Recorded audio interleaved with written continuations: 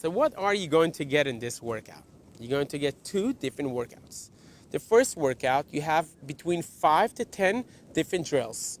Each drill, you have exactly the time you need to work on this specific drill.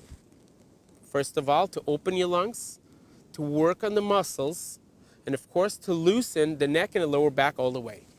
The second workout, after you did it 3 times, you go to the second workout. You're going to work on elongating the muscles and working on breathing, but not like Olympic swimmers.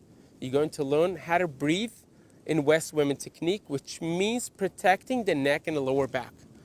When I mean protecting the neck and lower back, breathing and moving, gliding with the body and not with your neck. After finishing these 2 weeks only, you're going to learn the basics of West Women technique, the West Way to swim.